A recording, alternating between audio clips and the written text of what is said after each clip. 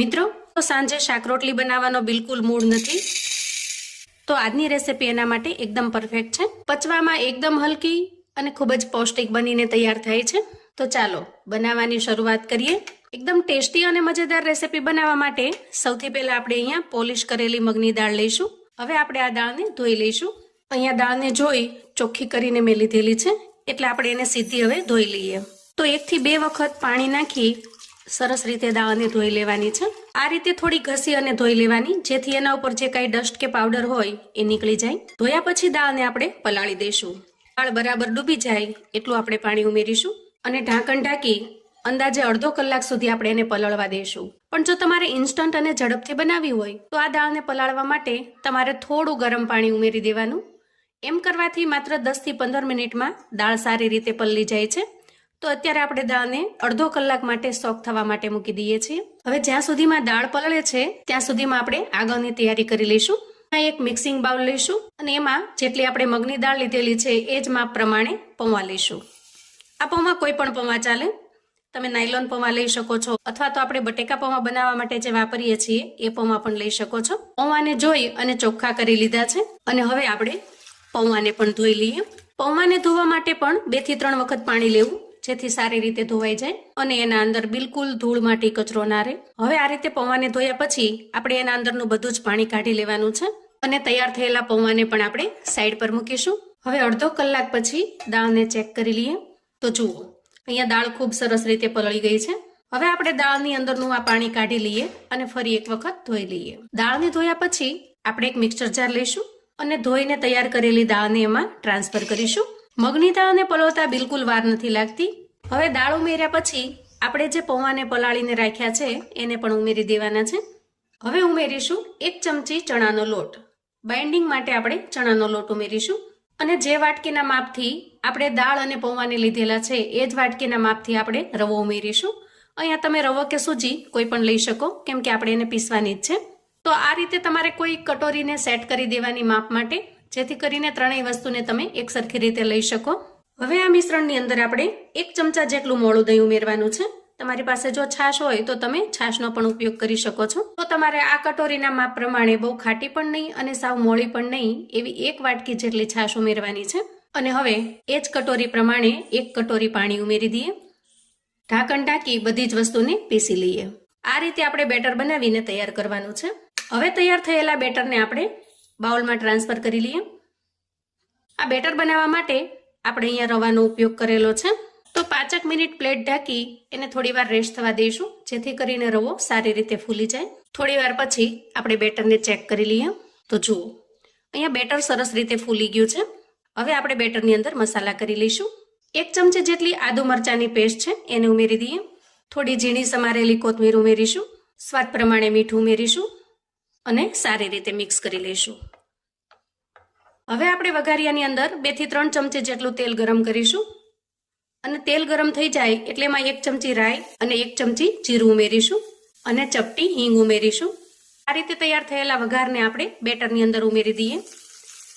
આમ વઘાર ઉમેરવાથી ઢોકળા એકદમ સરસ સ્પોન્જી બને છે, ગળે બિલકુલ અટકતા નથી અને પોચા રૂ જેવા બને છે. ઘણી વખત ઢોકળા ટેસ્ટી તો ખૂબ બન્યા હોય પણ થોડી વારની અંદર જ સુકાઈ જાય છે. એના અંદરનું મોઇસ્ચર છે એ ઉડી જાય છે અને સૂકા થઈ જાય છે. તો આ રીતે જો તમે તેલ થોડું ઉમેરી દેશો ગરમ કરીને તો ઢોકળા લાંબા સમય સુધી એકદમ સરસ સ્પોન્જી રહેશે, ગળે અટકશે નહીં અને પોચા રૂ જેવા બનશે. અહીંયા બેટરની અંદર વઘાર સરસ રીતે મિક્સ થઈ ગયો છે અને બેટરની કન્સિસ્ટન્સી પણ જુઓ, આપણે આ રીતની રાખવાની છે, એટલે કે બહુ કઠણ પણ નહીં અને સાવ ઢીલું પણ નહીં. હવે આપણે ઈનો ફ્રૂટ સોલ્ટ લઈશું. અહીંયા તમે ખાવાનો મીઠો સોડા પણ ઉપયોગમાં લઈ શકો છો, પણ ઈનો ઉમેરવાથી રિઝલ્ટ ખૂબ સરસ આવે છે. થોડું પાણી નાખી ઈનોને આપણે એક્ટિવેટ કરી લઈએ અને સારી રીતે મિક્સ કરી લઈએ, જેથી મિશ્રણ ખૂબ સરસ રીતે તૈયાર થઈ જશે. અહીંયા આપણું મિશ્રણ બનીને તૈયાર છે. હવે આપણે ગેસ તરફ જઈશું. અહીંયા ગેસ ઉપર મેં અગાઉથી પાણી ગરમ થવા મૂકી દીધું છે અને એના અંદર એક ડીશને આ રીતે ઓઇલથી ગ્રીસ કરીને મૂકી છે. આ રીતે ગરમ થયેલી થાળીની અંદર મિશ્રણ ઉમેરવાથી ઢોકળા એકદમ સરસ સ્પોન્જી બનશે. ગેસની ફ્લેમને આપણે મીડિયમ પર લઈશું અને ઢાંકણ ઢાંકી અંદાજે 8 થી 10 મિનિટ સુધી સારી રીતે સ્ટીમ થવા દઈએ. અંદાજે 10 મિનિટ પછી આપણે ચેક કરી લઈએ. વાહ, જુઓ એકદમ સરસ ફૂલી ગયા છે. અહીંયા આપણે ટૂથપીકની મદદથી ચેક કરીશું.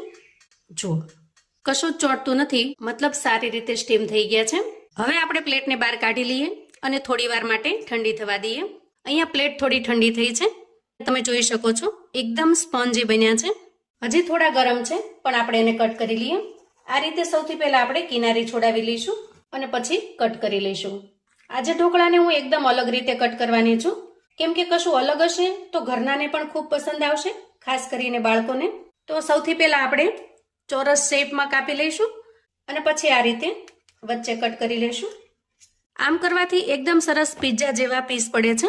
આ રીતે એકદમ અલગ શેપની અંદર બનાવીને તૈયાર કરીશું. અહીંયા તમે જોઈ શકો છો એકદમ સરસ જાળીદાર બન્યા છે અને સ્પોન્જી પણ. જુઓ તો આ રીતે મેં બધા જ ઢોકળાના પીસને એક પ્લેટની અંદર લઈ લીધા છે. હવે આપણે એના ઉપર એક્સ્ટ્રા મસાલો કરીશું. અહીંયા આપણે બનાવ્યા છે મગની દાળના ઢોકળા. ખૂબ જ પૌષ્ટિક અને પ્રોટીનથી ભરપૂર છે. ટેસ્ટમાં એટલા લાજવાબ બને છે મિત્રો કે બધાને ખૂબ જ પસંદ આવશે. અહીંયા ઢોકળા માટેનો આપણે ટેસ્ટી મસાલો બનાવી લઈએ. અડધી ચમચી જેટલું કાશ્મીરી લાલ મરચું લઈશું અને 5 ચમચી જેટલો આમચૂર પાવડર લઈશું. આ બંને વસ્તુને આપણે સારી રીતે મિક્સ કરી લઈએ.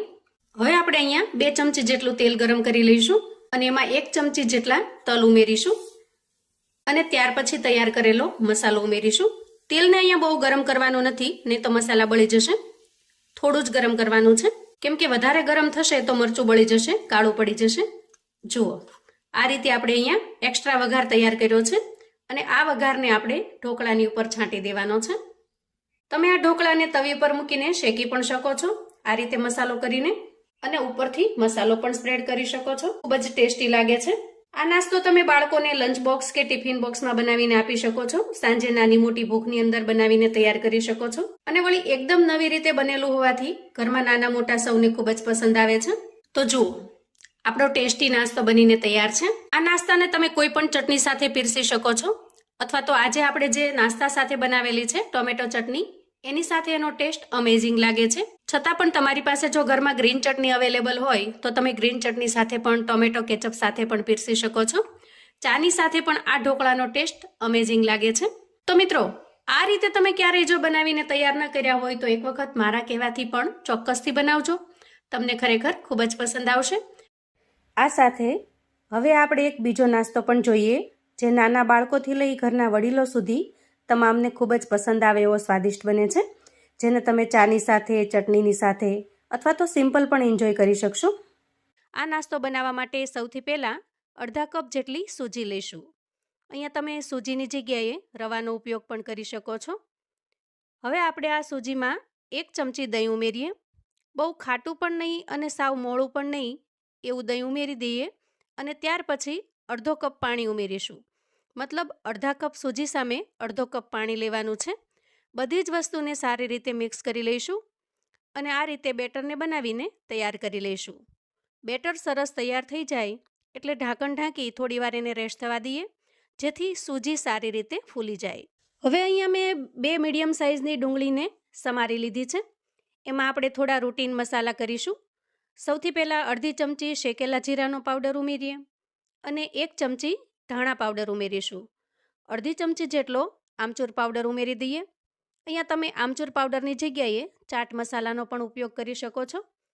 અત્યારે આપણે આ મસાલામાં મીઠું નહીં ઉમેરીએ, કેમ કે મીઠું નાખીશું તો ડુંગળીમાંથી પાણી રિલીઝ થવા લાગશે. હવે આપણે અડધી ચમચી જેટલું લાલ મરચું પાવડર ઉમેરીશું અને છેલ્લે થોડી ઝીણી સમારેલી કોથમીર ઉમેરી દઈએ અને બધા જ મસાલાને ડુંગળી સાથે સારી રીતે મિક્સ કરી લઈશું. હવે ચાલો આને સાઈડ પર મૂકીશું અને આટલા સમયમાં જુઓ સૂજી સરસ રીતે ફૂલી ગઈ છે.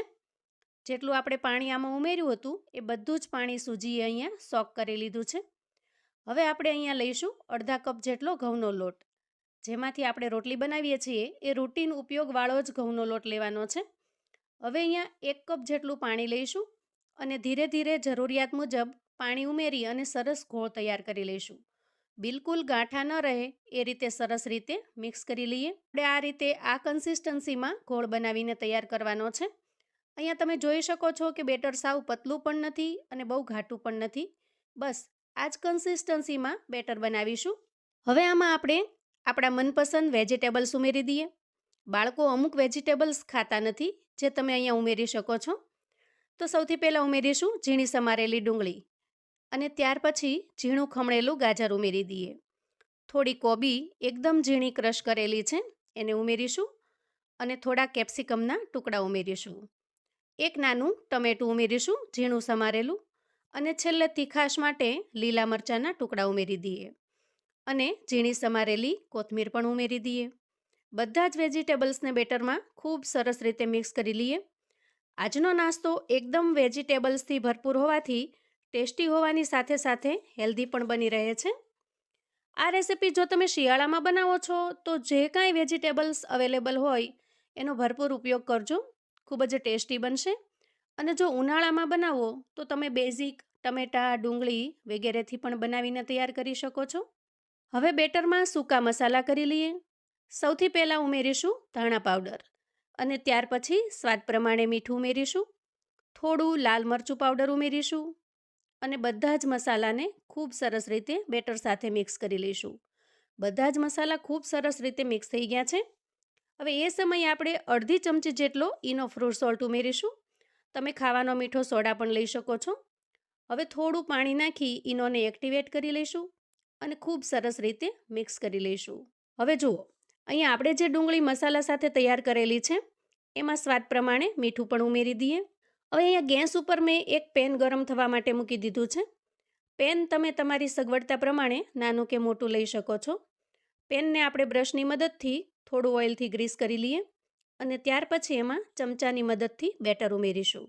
બહુ જાડું નહીં, બહુ પતલું નહીં, એ રીતે બેટર ઉમેરવાનું છે જેથી થિકનેસ છે એ મીડિયમ રહે.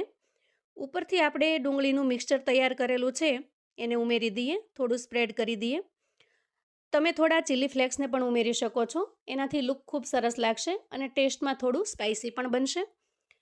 અને નીચેની સાઈડ થોડું શેકાઈ જાય એટલે તમે ઇઝીલી આરામથી સાઈડ ચેન્જ કરી શકો એવું બને છે. આ રીતે સરસ સાઈડ ચેન્જ થઈ જશે. તો જુઓ કેટલો સરસ કલર આવ્યો છે.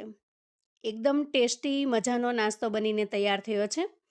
બંને સાઈડ આપણે ખૂબ સરસ રીતે શેકી લીધો છે અને શેકાયા પછી આ ડુંગળીવાળું જે પડ છે ને એ ઉપરથી ખૂબ જ સરસ ક્રન્ચી અને ટેસ્ટી લાગે છે. બસ આ રીતે સાઈડ ચેન્જ કરી બધા જ નાસ્તાને આપણે સરસ રીતે તૈયાર કરી લઈશું. બાકીના બધા જ નાસ્તાને જુઓ આપણે ફટાફટ ઝટપટથી તૈયાર કરી લીધો છે અને મેં આ નાસ્તા સાથે લસણ અને શિંગદાણાની સૂકી ચટણી સર્વ કરી છે. તમે દહીં, ટોમેટો કેચઅપ કે પછી કોઈ પણ ચટણી સાથે સર્વ કરી શકો છો. ખૂબ જ ટેસ્ટી અને યમી લાગશે. જો આ રીતે તમે ક્યારેય નાસ્તો ન બનાવ્યો હોય તો એક વખત મારા કહેવાથી ચોક્કસથી બનાવજો. બધાને ખરેખર ખૂબ જ પસંદ આવશે. તો મિત્રો, આવું અવનવું જાણવા માટે અને મને સપોર્ટ કરવા માટે ચેનલ પર જો તમે નવા છો તો પ્લીઝ ચેનલને સબસ્ક્રાઈબ કરો. વિડીયો ગમે તો લાઈક અને શેર કરો. તમારા સગા સંબંધી મિત્રોને પણ આપણો આજનો એકદમ નવો નાસ્તો ચોક્કસથી શેર કરજો જેથી એ લોકો પણ બનાવીને તૈયાર કરી શકે, એન્જોય કરી શકે અને એના પરિવારને પીરસી શકે. કોમેન્ટમાં મને ચોક્કસથી જણાવજો મિત્રો કે આજની આ ટેસ્ટી રેસિપી તમને કેવી લાગી છે. ફરી મળીશું એક નવી રેસિપી સાથે. ત્યાં સુધી આવજો મિત્રો.